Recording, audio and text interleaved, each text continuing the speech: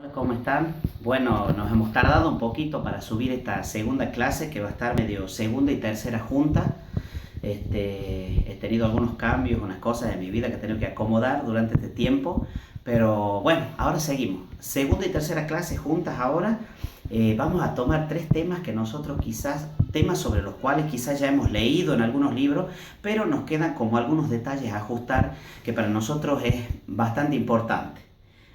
Son de una manera particular tres temas que son bastante controvertidos dentro de la renovación carismática y vamos a tratar de aclararlo, vamos a tratar de dar algunas líneas y de todas formas no se olviden que abajo del video vamos a poner alguna bibliografía que puede servir para ampliar y también el foro para realizar preguntas.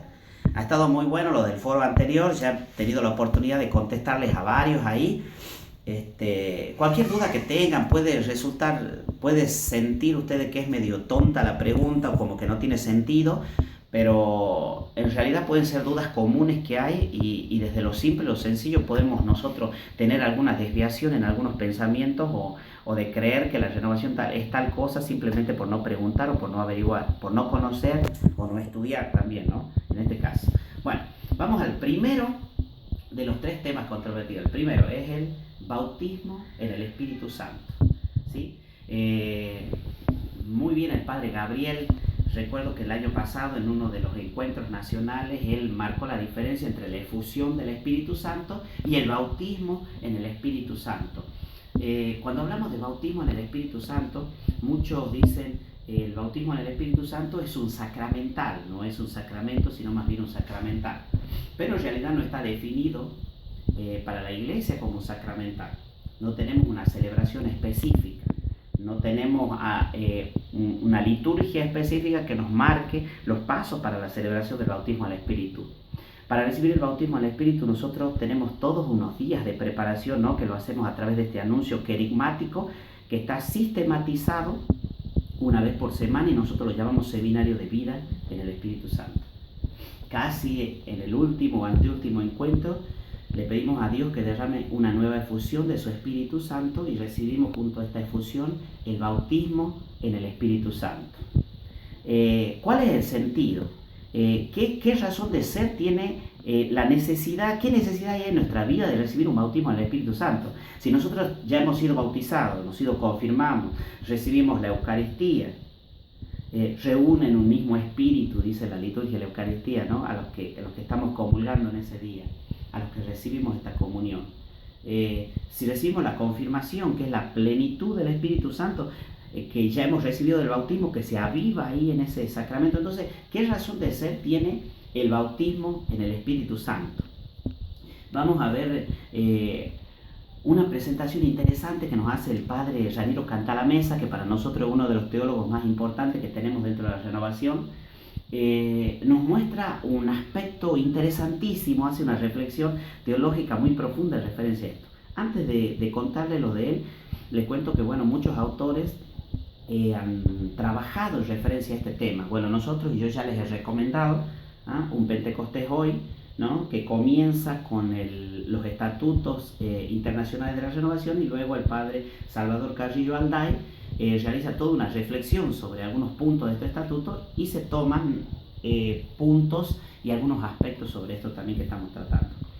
Es interesante que tenemos este libro también, que es uno de los documentos que se escribieron en Malinas, cuando el Papa Pablo VI le pidió al cardenal Suene que investigara sobre este fenómeno de la renovación carismática, y desde ahí surgieron este trabajo que se llama Teología y Pastoral. No está específicamente tratado el bautismo en el Espíritu Santo, pero nos sirve también como referencia para ahondar.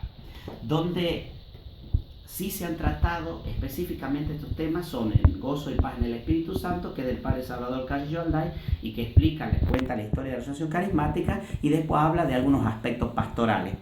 Específicamente sobre este tema lo vemos en este libro Bautismo en el Espíritu Santo del padre Salvador Carrillo Alday y otro libro que también les recomiendo de Eduardo Basombrío, ¿sí? Que hace una reflexión interesante, ¿no? Desde otro punto de vista. Él tiene una formación jesuítica muy marcada en su forma de escribir y que también nos habla y nos hace referencia. Así que no nos vamos a ahondar en la historia ni nada de eso. Si ustedes conversan a veces con sus sacerdotes, párrocos obispos dicen, ¿para qué el bautismo del Espíritu? Si nosotros tenemos los sacramentos, ya tenemos absolutamente todo, entonces no necesitamos recibir nuevamente el Espíritu Santo. Ya lo hemos recibido, ya tenemos la plenitud sacramental. Es interesante lo que plantea en su teología o en su tesis, podemos decir, padre Raniero Cantalamessa. Él nos dice así, que muchos de los sacramentos los recibimos, ¿no? Y teológicamente se dice que quedan ligadas las gracias que recibimos de este sacramento por ciertas situaciones. Por ejemplo, vamos a hacer, yo me estoy por casar con alguien y no me confieso, estoy en pecado mortal, y me voy y me caso. Como que el sacramento, por supuesto, tiene validez, por supuesto que el sacramento está cumplido dentro de mi vida y todo lo demás, pero todas esas gracias quedan ligadas hasta que yo vaya y me confiese, y después de confesarme, quedan liberadas todas esas gracias que yo recibo a través de ese sacramento. Bueno, el bautismo en el Espíritu Santo viene a nosotros a liberar muchas gracias que están dentro de nuestras vidas y que nosotros mismos quizás no las hemos podido disfrutar o no las hemos podido recibir o vivenciar profundamente, ¿sí? Entonces, el bautismo en el Espíritu Santo viene a desligar, podríamos decir, las gracias sacramentales. Si no haría falta esto si nosotros viviéramos como los cristianos de los primeros tiempos, donde el bautismo y esta experiencia de Pentecostés se daba inmediatamente.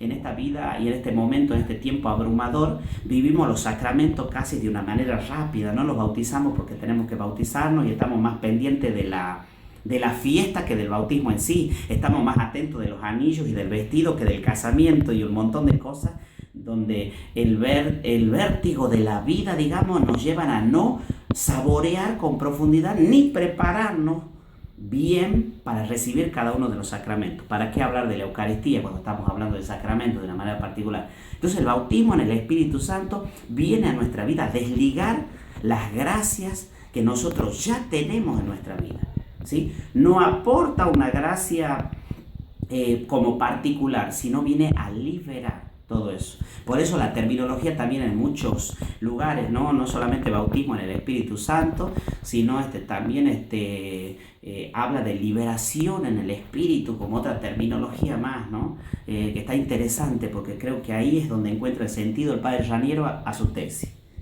Muy bien, pasamos al otro tema, a la segundo elemento que también es controversial dentro de la renovación carismática. Y algo, antes de saltearme esta segunda parte que se me venía a la mente, esta experiencia del bautismo y de la efusión, ¿no? de recibir el Espíritu Santo con toda su fuerza en nuestro corazón. Cuando comienza la renovación carismática, como primera experiencia, vive esa experiencia dentro de grupos pentecostales. Y para los grupos pentecostales, podríamos decir, la confirmación de haber recibido ese bautismo en el Espíritu Santo estaba en que la persona, luego de recibir el bautismo en el Espíritu Santo, inmediatamente recibía el don de lenguas. Si la persona no recibía el don de lenguas, es como que no había sido bautizado en el Espíritu Santo. Nosotros nos damos cuenta, y desde una reflexión teológica diferente, que no pasa solamente por este elemento de la oración en lenguas, ¿sí? Porque conocemos a muchas personas que no tienen este don de lenguas, sin embargo, su vida realmente se ha visto desatada y liberada completamente después de este bautismo en el Espíritu Santo. Para nosotros, dentro de la renovación carismática, la oración en lengua no es un elemento determinante para definir o para afirmar que la persona tiene o no el bautismo en el Espíritu Santo.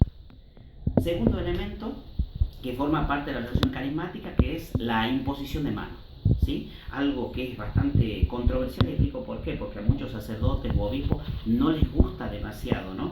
Sobre todo sabiendo que la imposición de manos forma parte de un gesto que es puramente sacramental, ¿no? El obispo es el que impone la mano, y nosotros, en realidad, si leemos la palabra de Dios, podemos darle tres sentidos diferentes a la imposición de manos. Una es para consagrar, el segundo sentido es para bendecir, y un tercer sentido interesante para sanar, para curar. Impongan las manos a los enfermos, únjanlo con aceite, decía Jesús textualmente de su boca, para cada uno de los presbíteros, para que todos los demás se puedan curar.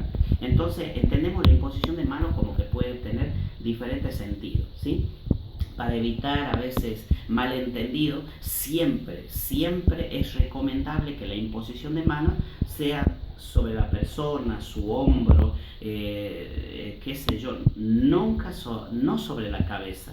En realidad, muchos sacerdotes se arriesgan a decir como que hay no sé qué energías que uno puede afectar. Bueno, yo en esas cosas no me meto, no tengo mucho conocimiento de eso, tampoco lo veo en ese sentido, porque no creo que haya energías ni en las manos ni en nada así, sino más bien es el Espíritu Santo el que obra, ¿sí? Pero para evitar confusiones litúrgicas, el sentido, ¿verdad?, de la oración, es importante que la imposición de manos sea sobre la persona. Poner la mano en el hombro, ¿sí? Ni siquiera es necesario, porque he visto inclusive algunos sacerdotes, que no solamente sacerdotes, también laicos, que está una persona enferma en el estómago y le pone la mano apuntándole en el lugar donde está enfermo, ¿sí? Puede ser un gesto interesante, pero no sé si sea un gesto realmente, en realidad como que en ese gesto estamos poniendo nosotros la fuerza y no más bien en la obra del Espíritu Santo, ¿sí? Porque no importa si yo le pongo la mano en el hombro, si Dios quiere curarle, ya sabe dónde lo tiene que hacer y no necesito yo apuntar con mi mano para que Él indefectiblemente tenga que curar ese espacio donde yo ya estoy apuntando. En realidad eso parece más transferencia de energía que oración de intercesión. En el sentido, nosotros imponemos las manos por un hermano para decirle: estoy con vos, no estás solo, te acompaño, estoy pidiendo por vos. No tiene que ver por dónde imponga las manos, ¿sí? Y nosotros evitamos la imposición de manos en la cabeza simplemente para que no poder relacionarlo con el gesto sacramental.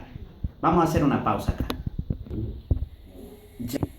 Bueno, acá estoy grabando con mi hija, está toda la familia en silencio hasta que yo termine la grabación. Son esas cosas que uno tiene como familia que acomodar en el servicio y puede ir, le queda poco tiempo, ¿no? Voy al tercer elemento controversial que tenemos dentro de la renovación carismática, y que es el descanso en el espíritu. Hemos participado y participamos actualmente de muchas celebraciones. Está muy ligado este fenómeno, y lo vamos a llamar así, de manera de no poder afirmar si es de Dios o no es de Dios, si no, no vamos a entrar en ese tema, pero lo hemos presenciado, lo hemos vivido. Muchas personas inclusive que van por primera vez a algunos encuentros, a algunos les resulta chocante esas ciertas situaciones, ¿no?, donde el padre o alguna persona ora por esa persona y esa persona cae, a veces de diferentes formas, ¿no? Para abundarnos en este tema, yo les voy a dejar un libro que forma parte de los documentos que escribió el cardenal Suener, que se llama Documentos de Malinas, y habla específicamente sobre el descanso en el Espíritu Santo. Se llama Descanso en el Espíritu Santo, un fenómeno de nuestros tiempos. Yo creo que es imprescindible para nosotros poder leer este texto para poder tener en claro muchas cosas. Pero vamos por ahí, vamos primero por la terminología, ¿no? La que se sugiere justamente es esta: descanso en el Espíritu Santo, cuando estamos hablando de que realmente es de Dios. Cuando un descanso en el Espíritu realmente es de Dios, hay mucha influencia y mucha participación nuestra. Porque si yo no quiero, estoy generalizando, no es en todos los casos, porque hay casos que se contradicen a lo que yo estoy afirmando, inclusive en este momento. Pero la mayoría de casos tienen que ver con mi predisposición, con que yo estoy listo y yo voy y yo me voy acercando y digo: me voy a caer, me voy a caer, me voy a caer. Si yo pienso de esa forma, a veces voy, me predispongo para eso, y sí, hay mucho psicológico de por medio, ¿sí? Eso no quiere decir que con esto que yo estoy diciendo se descarta esto, que uno tenga que evitarlo o que no deba hacerlo, sino más bien de que Dios también de esa forma se puede manifestar en la vida de las personas, ¿sí? A pesar de que esto pareciera como una coparticipación mía, como que dependiera también mucho de mí, y depende mucho de mí. ¿Cuáles serían? Se dan muchas veces y se dan muchos casos sobre ciertas personas que por ahí ya van difundiendo, ¿no? Y uno se entera de otro: ay, vamos para el Padre tal. ¿No has visto que cuando te ponen la mano, ay, la gente se cae? He visto ver gente que se cae realmente por la gracia de Dios.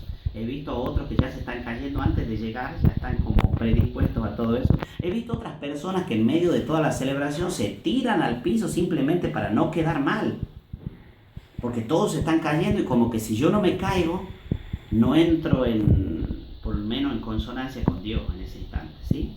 Muchas cosas se dan que suelen ser un poquito raras, Y bueno, imagínense cuando llega una celebración que alguien que no conoce mucho de este tema llega y se encuentra con todo ese escenario, ¿sí? Es bastante complejo, bastante difícil de poder explicar, digamos, ¿no? Sobre todo a alguien que no conoce, como decimos así. Bien, algunas recomendaciones en referencia a esto, ¿sí? Y es tratar de evitarlo. No hace falta andar haciendo propaganda, no hace falta andar diciendo, uy, que sí, que se caen, ay, qué lindo, vos sabes de hermoso, porque yo me he caído. ¿Y por qué? ¿Por qué digo yo que es recomendable no promocionarlo? ¿Por qué digo que es recomendable no promocionarlo? Y todavía podría decir que es mucho mejor si no se da dentro de una celebración. Porque esto siembra mucha confusión dentro de la persona. Ustedes imagínense, va una persona a una celebración y uno se cae y voy yo, ¿verdad? Con diferentes situaciones, con mucha necesidad y de pronto el padre o alguien ora por mí y le ha pasado a todo menos a mí. Entonces con este gesto es como que queda que Dios a uno los ama más y a otros los ama menos, ¿sí? Entonces si ya de por sí causa como cierto descontento o confusión, entonces lo recomendable es tratar de evitarlo. No necesita la persona de un descanso en el espíritu obligatoriamente para sanar.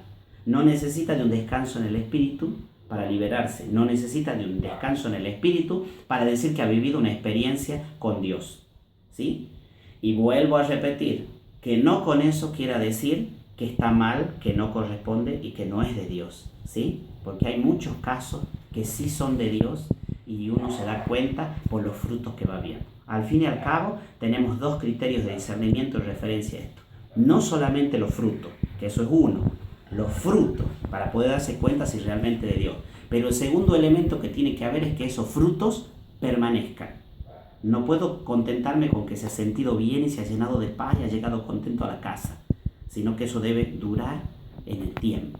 Ese es el segundo criterio de discernimiento para todo esto. Bueno, espero que les haya servido y espero la participación de ustedes en el foro, con todas las preguntas que quieran, con todo lo que se les haya revolucionado en la cabeza. Y bueno, nos estamos encontrando ya para la próxima y última clase.